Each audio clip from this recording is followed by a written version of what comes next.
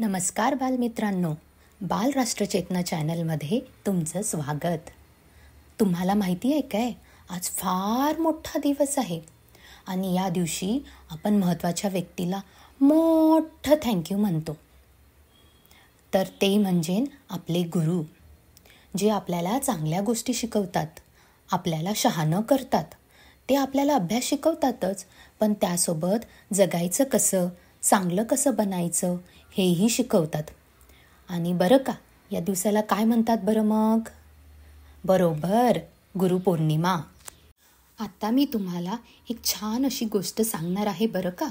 ती म्हणजे आपले शिवाजी महाराज आणि त्यांचे गुरु समर्थ रामदास स्वामी. शिवाजी महाराज आपलं स्वराज्य वाढवत होते तेव्हा एका किल्ल्यावर रस्त्याचं काम चालू होतं. हजारो मजूर माणसं तिथे राबत होती. कामाची पाहणी करायला स्वतः शिवाजी महाराज एकदा तिथे आले होते.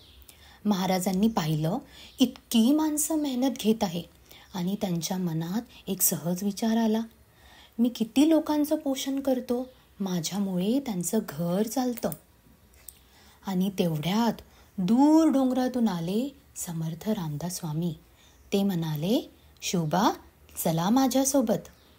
एका मोठ्या दगडाकडे बोट दाखवलं आणि आजूबाजूच्या लोकांना म्हटलं, हा दगड फोडा.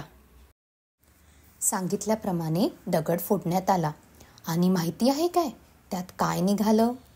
गेस करा बघू. टॉय? नाही. गोल्ड? नाही.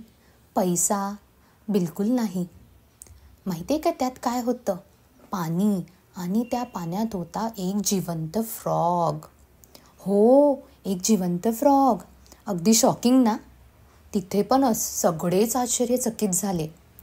तेव्हा स्वामी हसून म्हणाले, शिवबा सांगा बघू, या फ्रॉगचा पण पोशिंदा तुम्हीच का?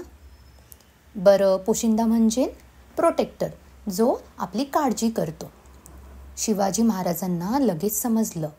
त्यांनी नम्रपणे वाकून स्वामींना नमस्कार केला आणि म्हणाले, स्वामी मला माफ करा, माझ्या मनात गर्व आला होता.